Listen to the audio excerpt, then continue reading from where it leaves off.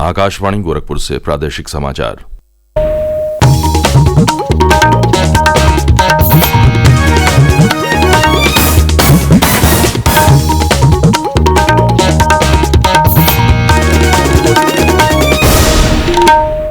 नमस्कार, समाचार बुलेटिन के साथ मैं विकास राय। पहले मुख्य समाचार। लोकसभा चुनाव के छठे चरण के लिए आज जारी होगी अधिसूचना। प्रदेश की 14 लोकसभा सीटों पर 6 मई तक दाखिल होंगे नामांकन पत्र। 5वें चरण में प्रदेश की 14 लोकसभा सीटों पर चुनाव के लिए नामांकन जारी। भाजपा प्रत्याशी और केंद्रीय मंत्री राजनाथ सिंह आज लखनऊ, तो वरिष्ठ नेता और केंद्रीय मंत्री स्मृति ईरानी अमेठी में भरेंगे नामांकन पत्र। लोकसभा चुनाव के लिए प्रचार अभियान हुआ तेज। भाजपा के वरिष्ठ नेता और केंद्रीय मंत्री अमित शाह ने कासगंज, मैनपुरी और इटावा में चुनावी जनसभाओं को किया संबोधित। और प्रदेश में तेज धूप और लू का प्रकोप जारी। कानपुर मंडल सहित पूर्वी उत्तर प्रदेश के 33 जनपदों के लिए मौसम विभाग ने जारी किया अलर्ट। और अब समाचार विस्तार से। लोकसभा चुनाव के छठे चरण के लिए प्रदेश की 14 सीटों पर होने वाले चुनाव की अधिसूचना आज जारी होगी। प्रदेश के मुख्य निर्वाचन अधिकारी नवदीप रिढ़वा ने बताया कि छठे चरण में उत्तर प्रदेश की सुल्तानपुर, प्रतापगढ़, फूलपुर, इलाहाबाद, अंबेडकर नगर, श्रावस्ती, डुमरियागंज, बस्ती, संत कबीर नगर, लालगंज, आजमगढ़, जौनपुर, मछली शहर और भदोही लोकसभा सीटों पर चुनाव होगा। इन 14 सीटों में 12 सीटें सामान्य और लालगंज व मछली शहर सीट अनुसूचित जाति के लिए आरक्षित है। इन सीटों पर उम्मीदवार 6 मई तक अपना नामांकन पत्र दाखिल कर सकेंगे और नामांकन पत्रों की जांच 7 मई को होगी। उम्मीदवार 9 मई तक अपने नाम वापस ले सकेंगे। इन सीटों के लिए मतदान 25 मई को होगा। प्रदेश की 14 लोकसभा सीटों पर होने वाले 5वें चरण के लोकसभा चुनाव को लेकर नामांकन की प्रक्रिया चल रही है। चुनाव आयोग के अनुसार अभी तक इस चरण के लिए कुल 4 उम्मीदवारों ने अपने नामांकन दाखिल किए हैं। इस चरण में 3 मई तक नामांकन भरे जा सकेंगे। भाजपा के वरिष्ठ नेता और केंद्रीय मंत्री राजनाथ सिंह लखनऊ लोकसभा सीट से आज अपना नामांकन दाखिल करेंगे। राजनाथ सिंह तीसरी बार लखनऊ से चुनाव लड़ने जा रहे हैं। भाजपा उम्मीदवार राजनाथ सिंह के नामांकन जुलूस में भाजपा नेता और मुख्यमंत्री योगी आदित्यनाथ के अलावा बड़ी संख्या में वरिष्ठ नेता व पार्टी पदाधिकारी और कार्यकर्ता शामिल होंगे। उधर केंद्रीय मंत्री स्मृति ईरानी भी आज अमेठी लोकसभा सीट से नामांकन करेंगी। नामांकन और प्रस्तावित रोड शो के दौरान वरिष्ठ भाजपा नेता और मध्य प्रदेश के मुख्यमंत्री मोहन यादव पार्टी के अन्य वरिष्ठ नेताओं के साथ उनके साथ रहेंगे। पिछली बार 2019 में स्मृति ईरानी ने इस सीट से तत्कालीन कांग्रेस अध्यक्ष राहुल गांधी को हराया था। अटकलें लगाई जा रही हैं कि राहुल गांधी इस सीट से दोबारा चुनाव लड़ेंगे और इसकी घोषणा आज या कल कभी भी हो सकती है।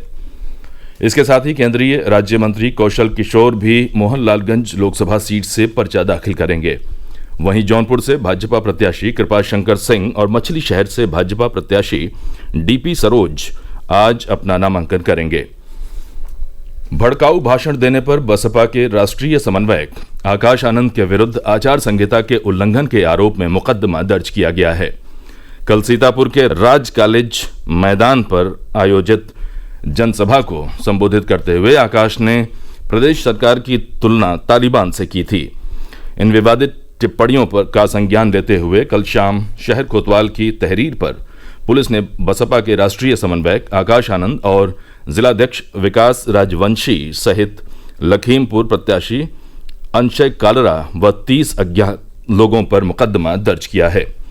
एसपी चक्रेश मिश्र ने बताया कि रैली में हिंसा भड़काने वाली भाषा का प्रयोग किया गया था, उसी आधार पर मुकदमा पंजीकृत किया गया है।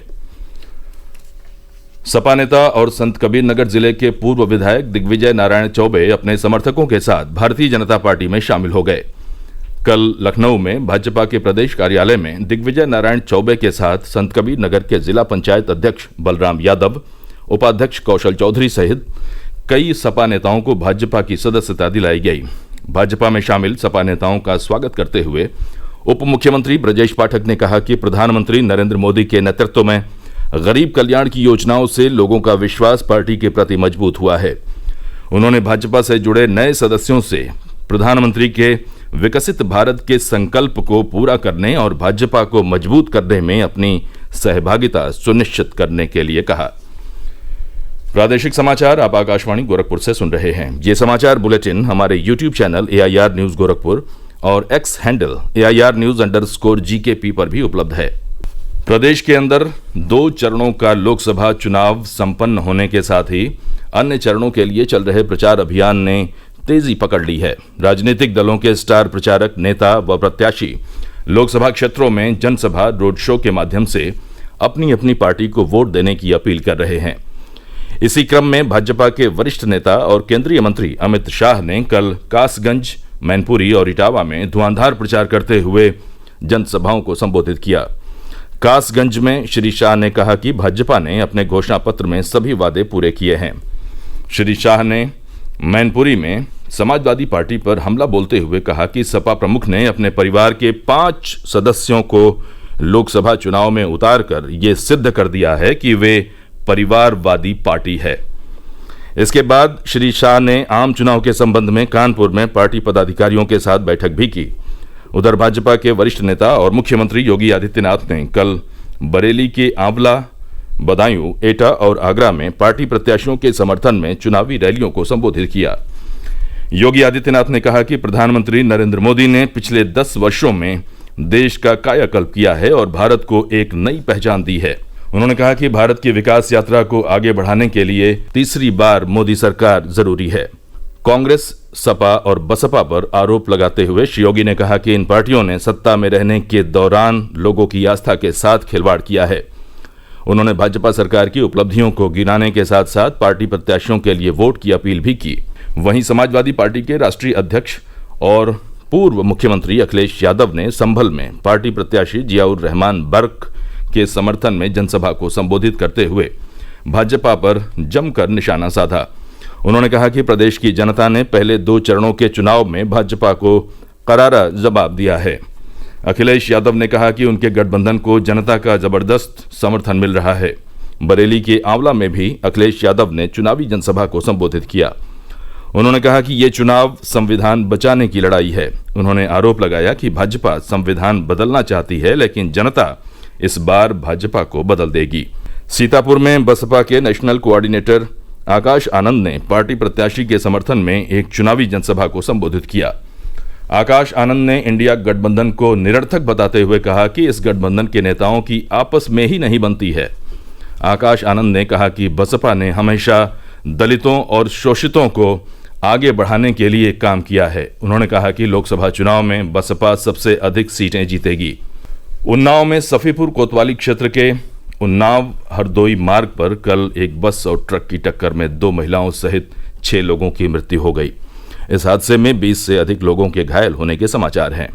दुर्घटनाग्रस्त बस बांगरमऊ की ओर से उन्नाव जा रही थी। घायलों को जिला अस्पताल में भर्ती कराया गया है। क्षेत्राधिकारी सफीपुर ऋषिकांत शुक्ला ने बताया कि इस हादसे में घायल हुए 9 लोगों को जिला अस्पताल उन्नाव और कुछ घायलों को कानपुर के हैलट अस्पताल में भर्ती कराया गया है। ट्रक को कब्जे में लेकर विधिक कार्रवाई की जा रही है। प्रदेश में तेज धूप के साथ लू का प्रकोप जारी है। दिन के साथ साथ रात के तापमान में भी बढ़ोतरी जारी है। हालांकि कुछ जिलों में कल हल्के बादल होने से लोगों को गर्मी से कुछ राहत मिली है। मौसम विभाग ने कानपुर मंडल सहित पूर्वी उत्तर प्रदेश के 33 जनपदों में लू की चेतावनी जारी की है। प्रयागराज, लखनऊ, रायबरेली, उन्नाव, वाराणसी, भदोही, जौनपुर, मिर्जापुर सहित कई जनपदों में तेज धूप और लू से लोग बेहाल हैं।